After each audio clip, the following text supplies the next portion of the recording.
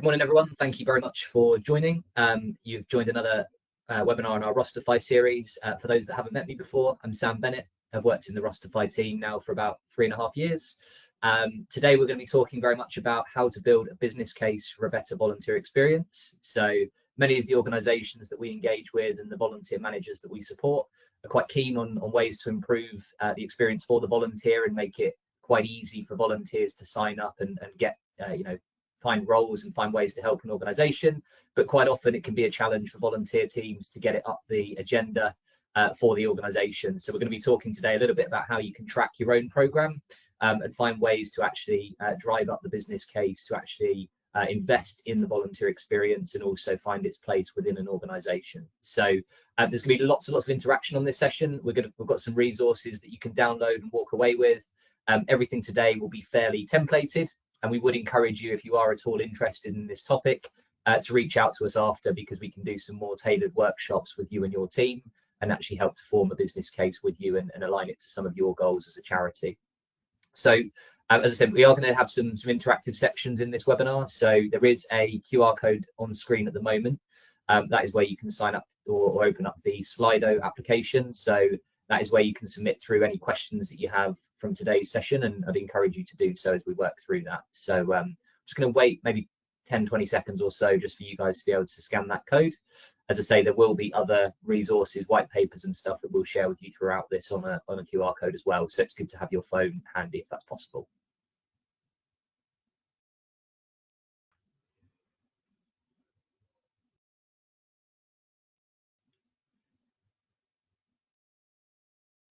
Excellent. So I'm going to make a start.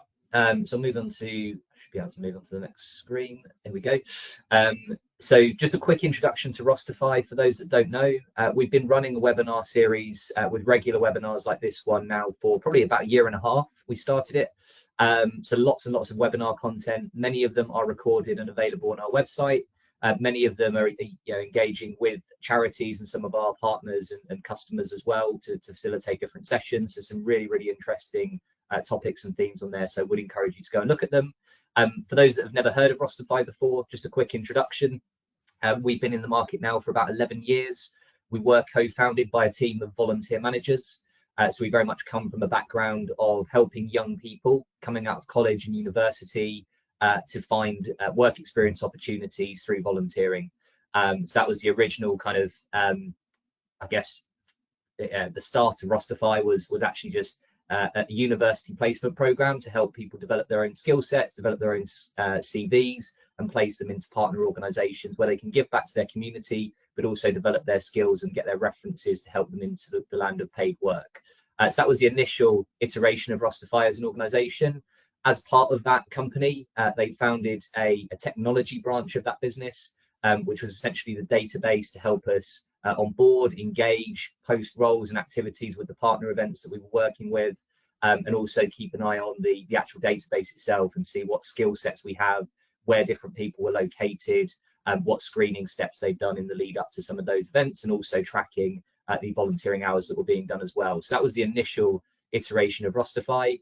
11 years later, that's kind of grown organically over time. So that platform, that technology platform, has become the centerpiece of the organization.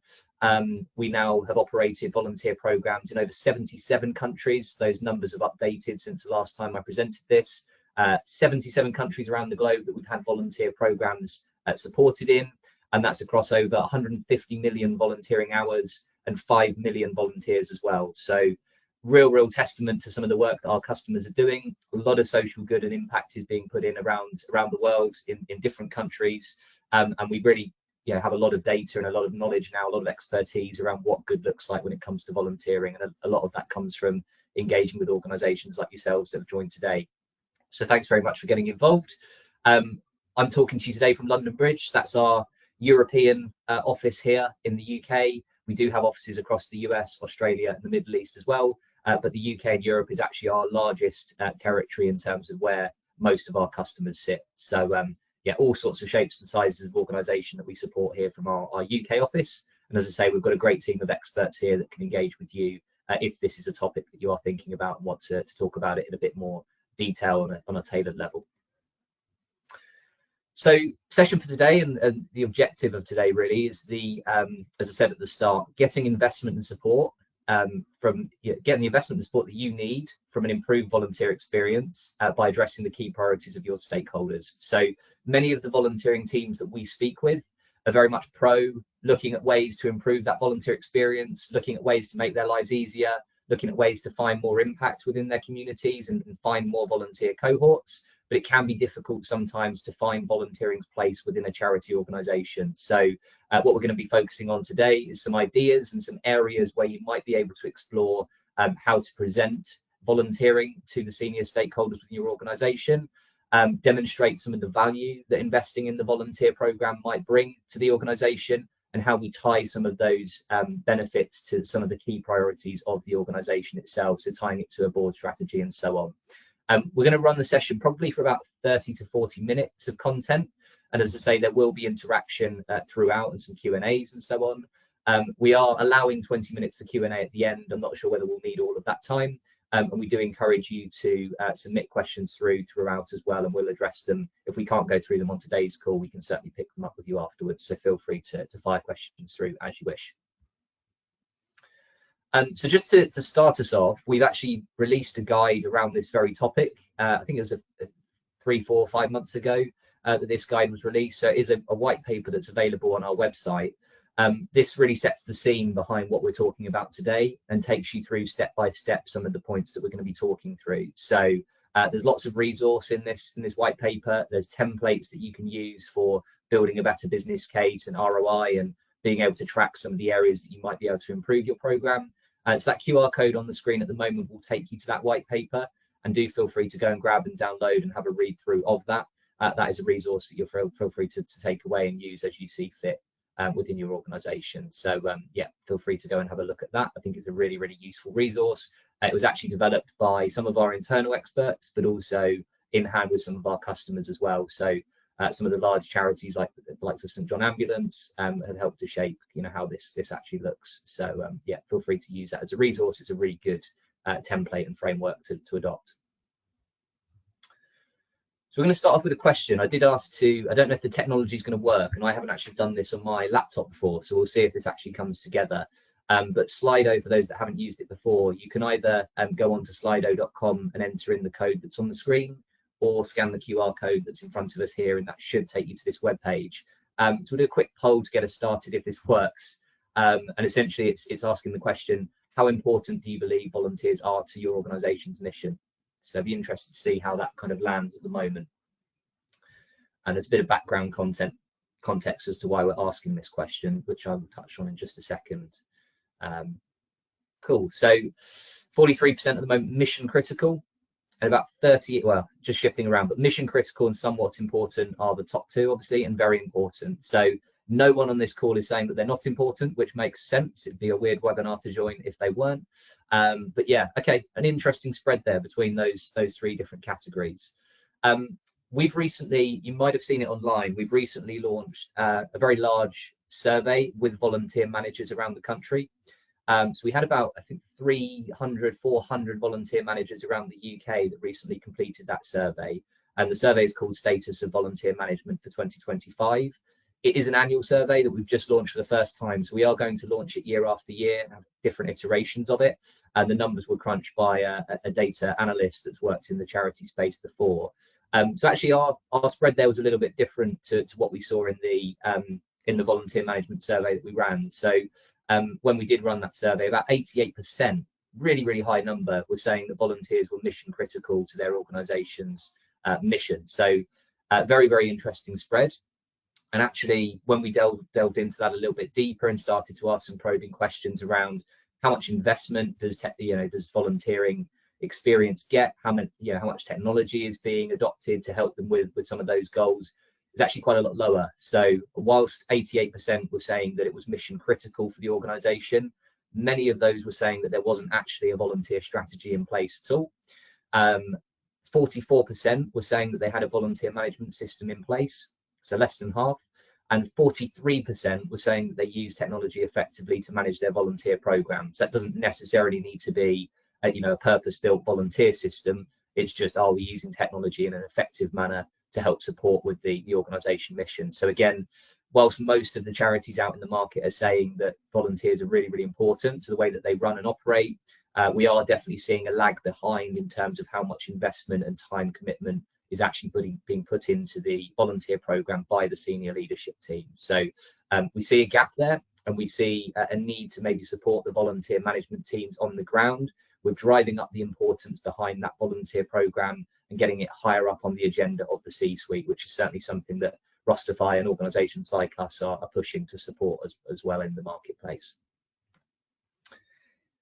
So just a bit of a summary for today. I will encourage you as well that that survey that I've just mentioned is also available on our website. So if you searched on Google, Rosterfy status of volunteer management survey, you'll be able to find it and go ahead and download it. There's loads and loads of interesting data in there and lots of different trends. And I'll touch on some of them towards the end of this session as well. But certainly around, the difference that technology can make, but also the difference that having a clear strategy can make to improving that volunteer experience and engagement. For today's session, we're going to cover these topics. So the basics of building a business case, calculating a return on investment of ROI of investment, that doesn't quite make sense, return on investment of actually investing in the volunteer program, mapping current abilities versus future goals. Sounds really basic, but it's a really important exercise that I don't think we do enough of, which is really taking stock of where we're at today and reflecting on where we're looking to get to in 3 years' time, 5 years' time, and actually, are we on the right track? Have we set ourselves up for success to actually meet those goals for the organisation at an organisation level? And then driving adoption and change with minimal resistance. So we're going to do that in a few different ways, but I'm just going to summarise some of the key topics, and hopefully there'll be some ideas for you to take away and action from today, along with some resources to support you. But also, as I said, if you have any questions or if you just want a bit more help, we are very well versed in writing these sorts of business cases with customers. So I do encourage you to reach out if you'd like to have a more tailored conversation. No obligation at all. We're just here to support. So what gets their attention? And I say when we say there, we're talking really about the leadership team at charities. And something I often hear, in a trend that I've noticed, is that different charities place the volunteer function in different areas of the organisation. So sometimes it fits under the people team, sometimes it sits within fundraising, sometimes there's a supporter team within an organisation, sometimes it's in finance and operations. It really can move around. There doesn't feel like there's a true home, a standardized home for volunteering within an organization. And sometimes the leaders within a charity have not necessarily worked with volunteer programs before. So there is an education piece there needed around why it's such an important topic and why it needs a lot of focus from the organization. So how could the organization financially benefit from the investment in volunteering? What is the impact of that investment? What could we actually, how could we impact the lives of the people that we serve from that investment that's going into the program, and how can we continue to benefit from that investment as well? And there's so many different ways that this could impact, and I'm going to touch on a few topics and share some customer stories around some of these points today. So, as I said, we've done lots and lots of surveys, both at a volunteer level, but also at an organisation and a management level too. And these are some of the key trends that we see when it comes to risks and challenges that organisations face from the charity sector in the UK. So none of these will be a surprise. Rising operation costs, I think that's felt for everyone across the UK at the moment in any sector, but certainly much more difficult in the charity space where there is limited funding. Reduction in funding is a topic as well. So very much there's a focus at the moment for charities to have to do more with less. I know that's always been the case, but it does feel like it's been particularly difficult at the moment. And volunteer managers are having to wear lots of different hats and play lots of different hybrid roles within an organisation to allow that volunteer function to perform well. So again, how do we drive that up on the organisation agenda? Reactive thinking. So quite often volunteer programs tend to get investment when it becomes a problem.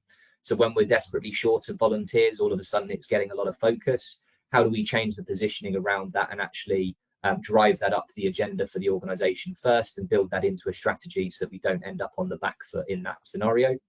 Data security risks is a huge topic at the moment. It's not a secret again in the market. Being able to keep your volunteer data in a secure database in a secure place is certainly important. So thinking about at the moment, what data exactly are we storing about volunteers and where are we storing it, can be in a mix of different systems. And quite often with organizations, we've got volunteer data that is stored at a local level that is not even seen by head office and the management teams. So how do we kind of centralize the control a bit more around that data and make sure there's sufficient level of checks in terms of keeping that data secure? And hiring good people is a real challenge at the moment. Recruitment, not just for volunteers, but actual paid staff to work in your team can be difficult. So one of the things actually we're seeing more and more so in job adverts and a trend in the marketplace is candidates want to come in and they want to work with good tools. They want to work in programs that are being well invested in.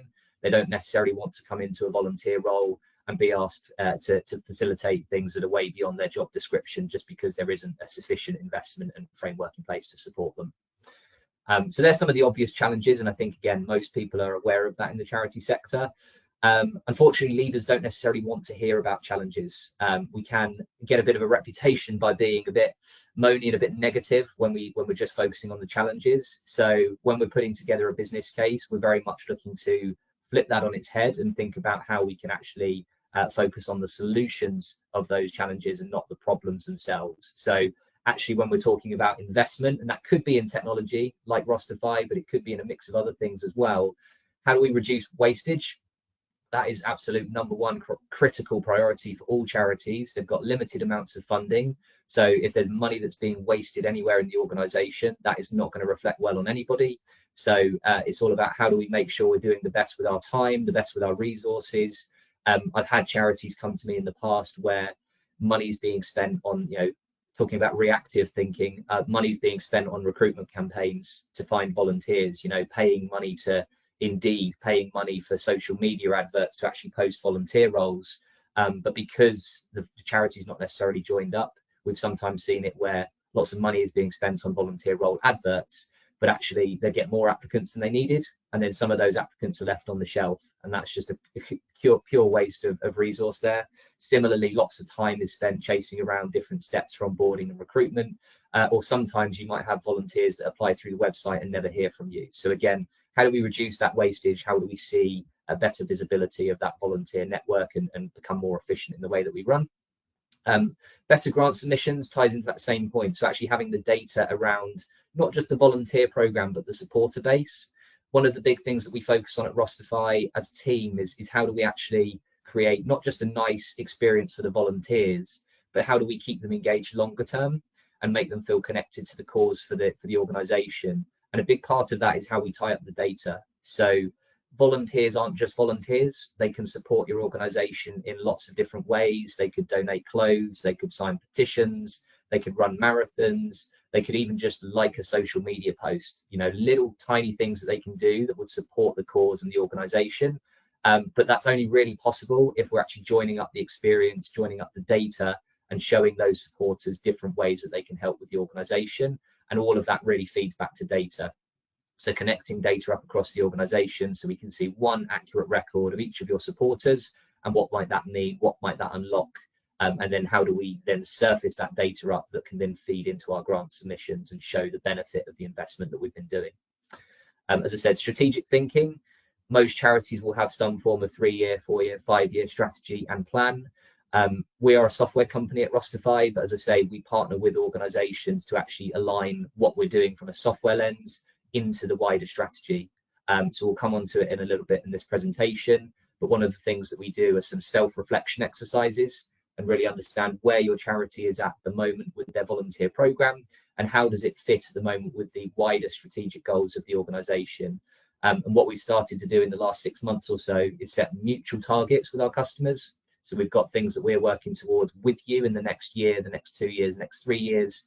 And again, what we do is take a timestamp at each of those intervals. So a self-reflection before you adopt Rosterfy, a self-reflection 1 year into using the platform. And again, it's not just about building up a case to buy something. It's actually building up a case to invest in a program and then demonstrating that that investment has actually been a good thing longer term. So that's a big part of our focus here. Building trust, so lots of different ways that we can do that, and we connect our senior stakeholders within our organization with your local charity. So your tech teams, make sure we're talking their language and give themselves a portal where they can access the data protocols that we have going on. And attracting talent as well, as I said, that's something that we can bake into that business case. Is if we're struggling to attract and recruit people of the right caliber, how do we actually demonstrate that we're investing in the function that they're actually applying for? And that could certainly be a selling point for the organization. Bit of talking from me there. So we'll do another quick poll. So what tasks do you think your volunteer management team spends the most time on at the moment? And again, this was another area that we kind of went through in the survey. So there is some data in the market around this exact point.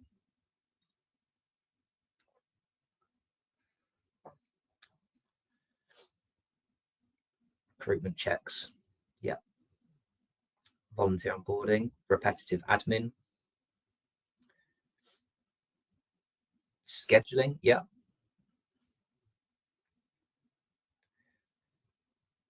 Chasing references. Yeah, I think chasing is a big one. Chasing up DBS, chasing up training, chasing up references. Absolutely. It can take a hell of a lot of time. And really difficult to track as well. Onboarding paperwork such as references, rotas, sharing volunteer training sessions. So yeah, certainly some common themes there. And again, a lot of it is around that repetition. And the thing is, it's, you know, heavy time chasing references and chasing training steps is a lot of work for your volunteer team, but goes without saying, it also makes it a slow and clunky experience for the volunteers. So some of the data that we see in the volunteer world is, you know, people are willing to wait as long as they can see there's some progress happening. If they've submitted a form and they've waited 3 weeks, they haven't heard anything, they don't know what's going on, that's when they really are likely to drop out and find something else. So speed is of the essence. We want to make it quicker, easier, self-service for the volunteer. And in doing so, also take away some of that repetition and manual work for the volunteer managers as well, and actually free them up to manage volunteers instead of just chasing up paperwork. So again, this is a useful exercise. I think when we're building a business case, you can really split it into 2 core pillars. One is which initiatives as part of this investment are going to save you money, and the other is which initiatives are actually going to generate money.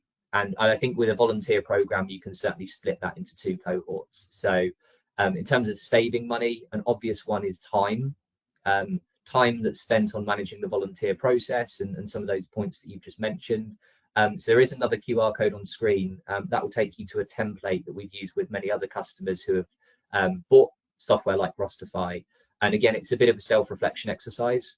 So gives you an idea of, you know, how much time is being spent on each task. And I will stress, this isn't necessarily about reducing the workforce. This is about being able to do more with the same amount of team members, you know, getting more benefit out of the program. So actually, when we talk about saving X amount of time on volunteer onboarding, that's a great thing because it helps you to onboard more people.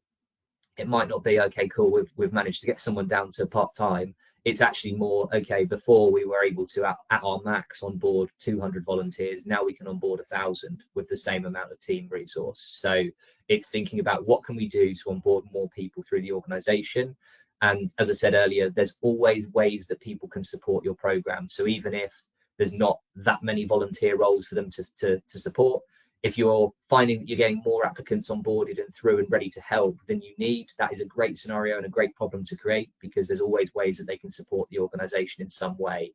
And again, when we're talking about what could make the organization money, we can think about, you know, what's the actual output of those volunteers. If they're, you know, got X, you know, 3, 4, 5 times more volunteers or something like that, and they're committing X more hours, what's the value of those hours? But also, what else could they be doing? You know, how valuable is it for them to be able to, donate clothes to the charity or sign petitions or, you know, spread the mission of the organization? Think about ways that an increased engagement can actually support some of your different initiatives across the org and the value that that might bring.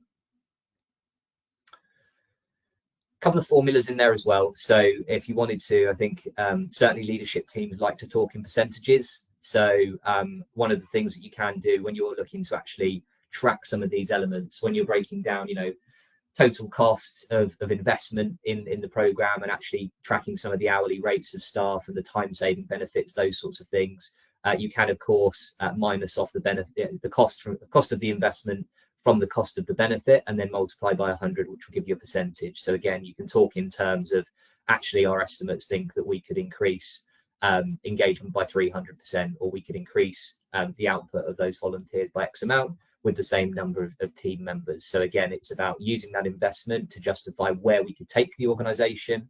And as I said at the start, how that ties into the organization goals. So if you've got a charity strategy and some KPIs or some key targets that you're working towards as an organization, how can we tie some of these benefits and these percentages directly to some of those things that the charity is working towards more broadly? That's certainly how you get this sort of investment up the agenda of an organization at a leadership level.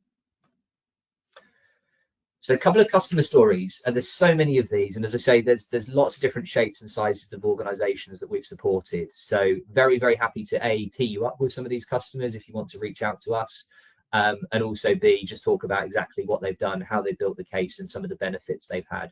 So WaterAid, a very interesting one. Many people know about WaterAid and the cause that they support. They have a team of event volunteers that go to festivals every year.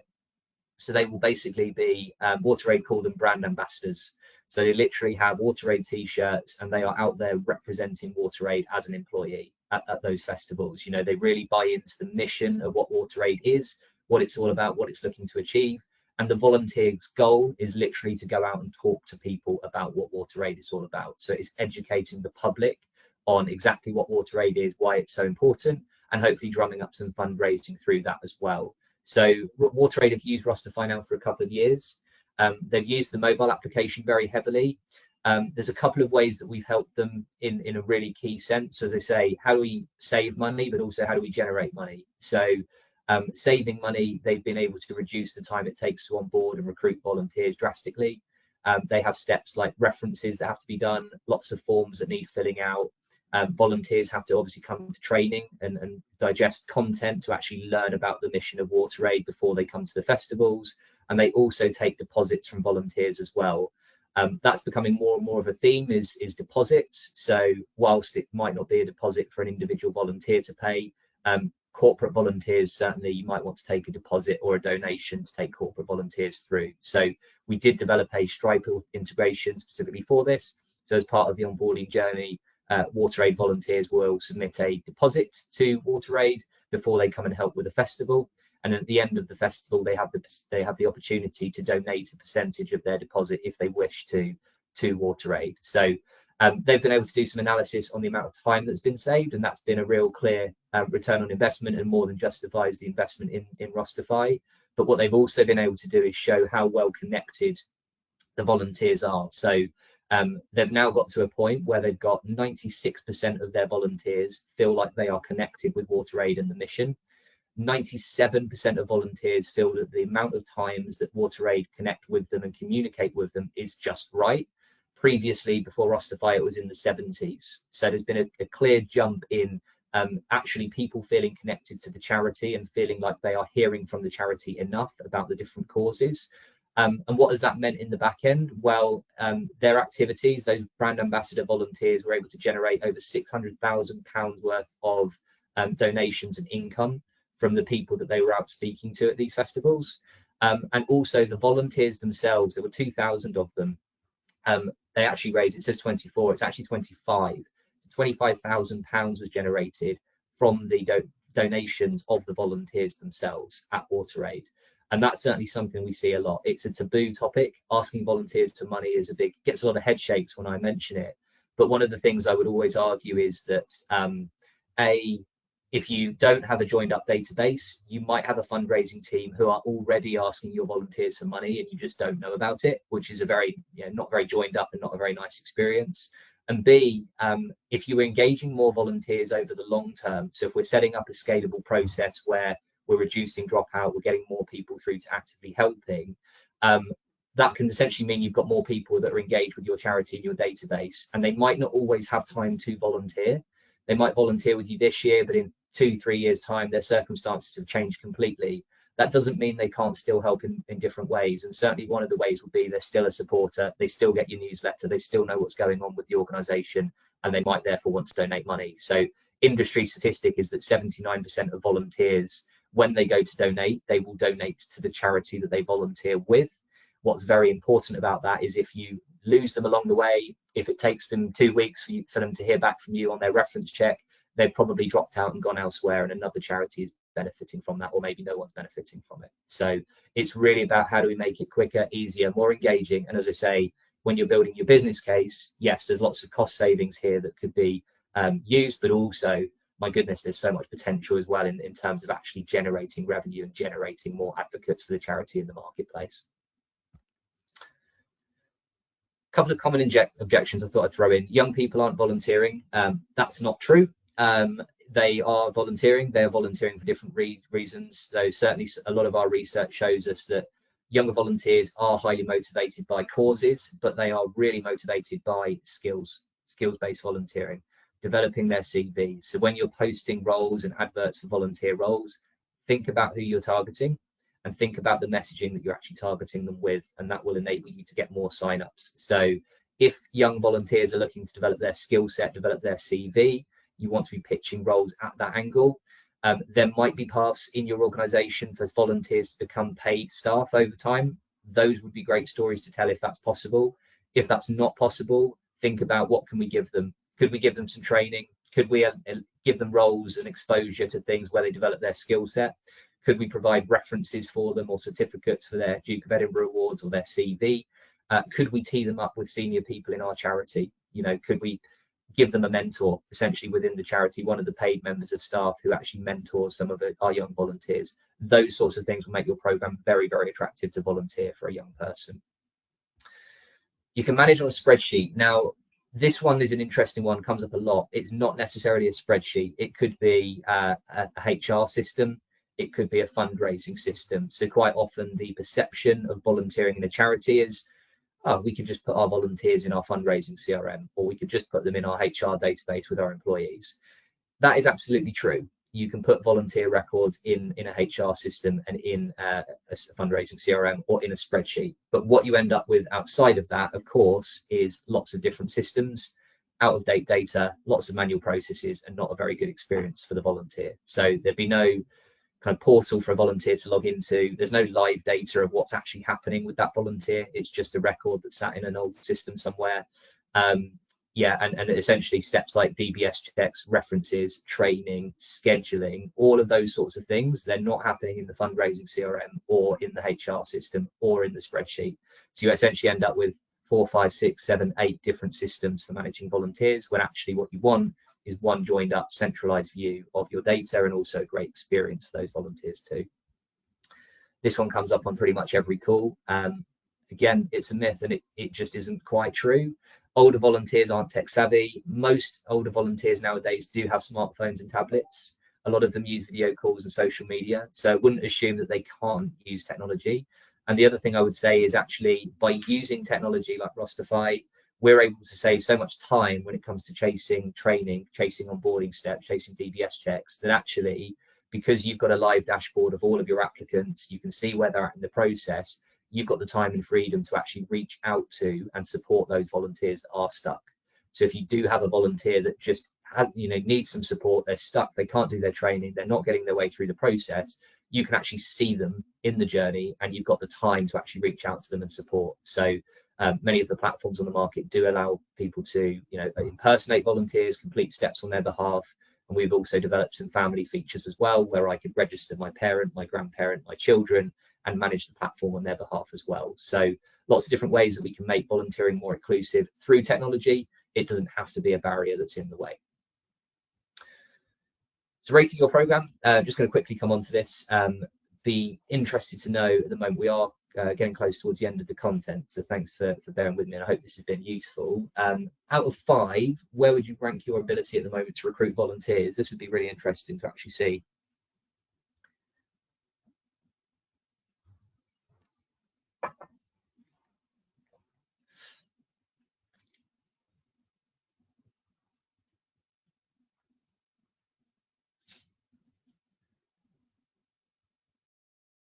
Yeah, bit of a mixed bag.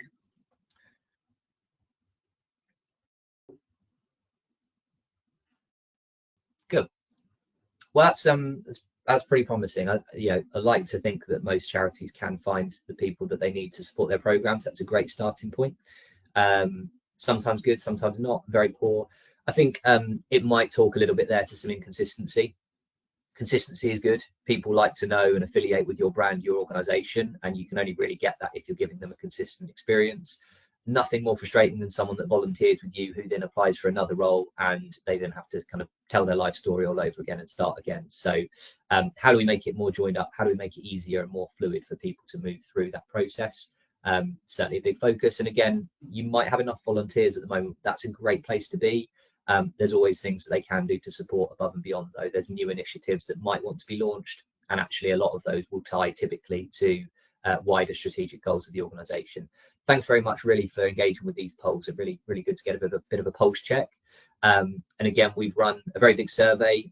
This is all in the status of volunteering report that I mentioned to you all earlier. But some really clear and interesting findings in this around people that find volunteer recruitment easy and people that find it difficult. And actually, we've been able to split the data in different ways throughout this. So starting at the left, we make it easy for people to apply to our volunteer program positions. Goes without saying, if you're making it easy for them to apply, you're actually going to find recruitment easier in general. These ones are interesting. Volunteering is a core priority for the CEO, senior leaders. So the people that said yes to that question, 75% of those found recruitment easy, whereas 56% of them found it easy when the answer to that question was no. So yeah, it just goes to show actually the investment, and it doesn't have to be money investment, it's more just time and focus that goes into that volunteer program for your charity can make a huge difference to actually how easy it is to get volunteers through the door and engage with the charity. It's easier for us to give our volunteers the appropriate training.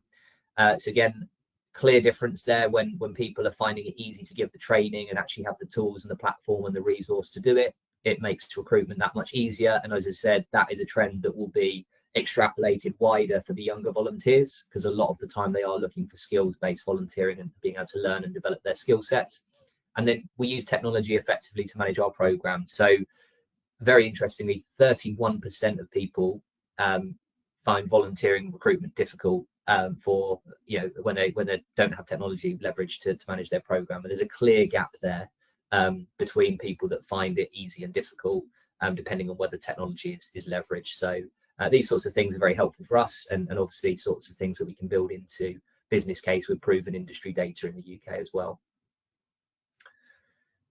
There is another template for you here. So as I said at the start, one of the things we do at Rosterfy, we have a software platform, but that's one part of our service. We've got a team of people that work all day, every day on volunteer programs of all shapes and sizes. So we've got a good idea of what good looks like. One of the things that's really, really important is to rate yourself, score yourself. It's just a very good exercise to do. It sounds so basic, but it's so key, because what that means is if we get a mix of people kind of rating us at the moment of where we're at, it means we can test ourselves again over time. It can be quite difficult when you're introducing changes and you're investing in your program and you've fought and argued to invest in different technology to help support your program. It can be quite difficult in a year's time, 3 years time, to actually show the difference that it's made. So one of the key things to do is before you go ahead and invest in the program, do a self-reflection exercise now and rerun that exercise over time, because that will make your life a lot easier to actually shout about what you've done and what difference that investment has made for the organization, and really demonstrate that we actually were able to meet a lot of the goals that we set out to achieve originally. So again, there is a template there that you can use. Feel free to go ahead and grab that. There'll be a recording of this session sent around as well, so you will have access to these resources after to go ahead and use. On the large end of the scale, British Heart Foundation are probably one of the larger charities that we support, with over 700 retail shops, massive mix of different event volunteering as well, and lots of different roles around the country. They've got a fantastic case study on our website that most people have seen. And again, when it comes to actually demonstrating where they were at, they actually had a business analyst that was analysing where were they at before investing in the program and where are they at now. So they've got lots and lots of tangible metrics that they can demonstrate to their senior leaders at the charity to show the difference that's been made for their program. And again, at a very high level, you can split it into two buckets: one that is saving money and reducing costs and reducing inefficiency, and the other that is actually generating output on the other side and generating more fundraising and more activity. So they were able to estimate that they save around £200,000 per year just in admin time. So that's things like chasing references, filing paper forms, completing background checks, completing training steps, and so on. So that's just on the admin side. Whilst doing that, they've seen 125% increase in volunteers helping with multiple roles. They've more than halved the time it takes to onboard a new volunteer. And one of the key stats from their investment was actually they were able to reduce dropout by 4 times. So when we're looking at not wasting money and efficiency and actually getting the best out of the funding that's coming through the door, they've been able to, as I say, reduce dropout by 4 times. So they essentially have 4 times as many engaged volunteers and supporters in the country, but from the same number of applicants. And that's all just been done by joining things up, making it quicker and easier for those volunteers to adopt and explore. And again, because they've taken a snapshot of where they were pre and post, they've now got a very, very compelling business case to show the organisation not just what they've done and why they've done it, but also the benefits and outputs of that programme as well. So yeah, you are actually able to submit questions through in here. So we can go through some of these now, and you can actually upvote questions as well. So we've had a few questions come through. Great papers from Rosterfy. Another paper I stumbled across this morning. What if everyone stopped volunteering? That sounds very interesting. Thanks for sharing that, Richard. I'll check that out after, and obviously feel free to go and have a look at that, guys, for those on the call. Be interesting to see how successful the new platform from the RBS with Govo is at recruiting volunteers. Completely agree. Will be a very interesting. It's not the first time that this sort of thing has been tried. So we'll see how that effort goes. And I think some of the main things around it will be getting charities to use it. If there's a wide mix of opportunities on that platform, it could become a central jobs board of volunteer programs in the UK. If it isn't, and I go on that website and search and don't find anything near me, it's probably not going to be that powerful. So I think that will be the key, but be interested to see how that unfolds over time. What are the hidden costs of getting volunteer software, and what should we look out for? Not sure exactly what the question refers to there. I think we can certainly give you some pretty committed costs in terms of what the actual investment of the licenses cost and what we give you in terms of support as part of that as well. As I say, software is one part of it, but we also work with you as consultants. So yeah, I mean, yeah, forgive me, I'm not sure if I completely understand the tone of that question. So feel free to follow up with me after if you want to chat through that in a bit more detail. How long do projects take? A little bit how long's a piece of string, but we do have a standardized onboarding model. So actually, we used to advise it took about 8 to 12 weeks previously. We've created a new model now, which is called Quick Start, which takes about 4 weeks from starting the process to actually being live with a solution. Now that does require some investment on your side. So those 4 weeks are dependent on you being able to meet with us regularly, so probably multiple times a week during that period, and also give us answers quickly. So a big thing when we're rolling out software like this, it's obviously a new mobile app, it's a new interface, it's a new website that's going live for you. So quite often we need input from your communications team, make sure it's on brand with how your organization wants it to look. So if you're quick at getting back to us and approving things and getting things moving, 4 weeks is very doable. If it takes you 2 or 3 weeks to actually reply to us on some of the points, that can drag things out. So yeah, and also depends on your organization size and how wide that is. Some of the larger organizations we work with might take several months. Okay, clarification on that bit. So training costs and things like that. So we've got a set model, so we'll give you a committed cost for things like training and consultancy. We don't really there's no real hidden costs as such. We can outline that all for you, and it is fixed. So we actually price our product based on deliverables rather than resource. So actually we're looking at, this is what it's going to take to get you live. This is the estimate up front. We'll give you that fixed scope and we'll give you a fixed cost for that as well. There is the ability, obviously, to purchase additional training later. For example, if you needed to support some new team members with some training from us in a year's time, that sort of thing might be slightly different. But upfront, we'll be able to give you a fixed cost for that. I don't know if there's any more questions that come through. Have I missed any? I don't think so.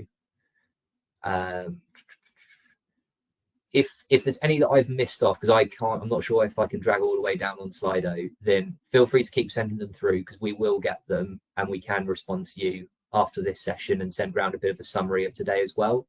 So you will get the recording and yeah, some of the follow-up content and resources that we've shared today will be shared with you as well. So I I'd just like to really thank everyone for joining. I hope that's been useful. As I say, it's lots of ideas spread there, and it can be quite difficult on a session like this to talk broadly about things that will be useful for your program.